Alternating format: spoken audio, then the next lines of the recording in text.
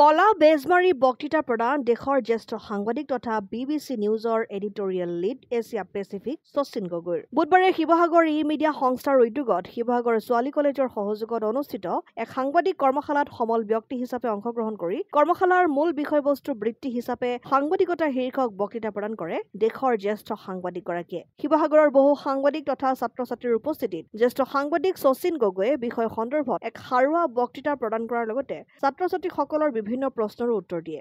আনহাতে সাংবাদিক দিলৱাৰ হুছেইন মজুমদাৰৰ গ্ৰেপ্তাৰ সন্দৰ্ভতো শচীন গগৈয়ে নিজৰ প্ৰতিক্ৰিয়া প্ৰকাশ কৰি প্ৰেছ ফ্ৰীডম ইণ্ডেক্সত ভাৰতৰ স্থান 159, যিটো অতি নিম্ন স্থান। দিলৱাৰ হুছেইন মজুমদাৰৰ গ্ৰেপ্তাৰে দেশৰ প্ৰেছ ফ্ৰীডম ইণ্ডেক্সক দাঙি ধৰিছে বুলি মন্তব্য আগবঢ়ায় সাংবাদিকগৰাকীয়ে।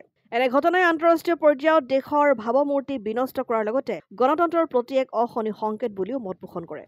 উল্লেখ্য যে জ্যেষ্ঠ সাংবাদিকগৰাকীয়ে শিৱসাগৰ ই-মিডিয়া সংস্থাৰ এটি কাৰ্যালয় মুকলি কৰাৰ লগতে শ্বহীদ সাংবাদিক কমলা শইকীয়া আৰু পৰাগ কুমাৰ দাসৰ প্ৰতিচ্ছবিত পুষ্পাঞ্জলি অৰ্পণ কৰে। খুব সুন্দৰ এটা অনুষ্ঠান আয়োজন কৰিলে শিৱসাগৰ জিলা ই-মিডিয়া সংস্থাই শিৱসাগৰ ছোৱালী মহাবিদ্যালয়ৰ উদ্যোগত।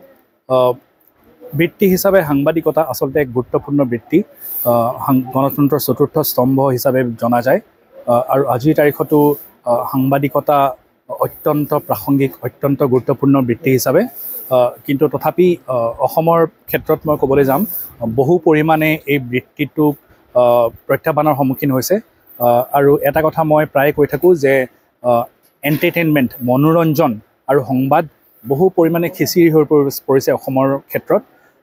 মোৰ আগ্ৰহ থাকিব যে ভৱিষ্যতে যাতে কিছু পৰিমাণে আমাৰ সংবাদসেৱী সতীৰ্থসকলে এই বিষয়টো ভালদৰে বিচাৰ বিবেচনা কৰি এড্ৰেছ কৰাৰ বাবে যত্ন কৰে। শিৱসাগৰৰ পৰা ছৈয়দ মুস্তাকুৰ ৰহমানৰ ৰিপৰ্ট, অসম আদিত্য। NKS হুণ্ডাইলৈ স্বাগতম।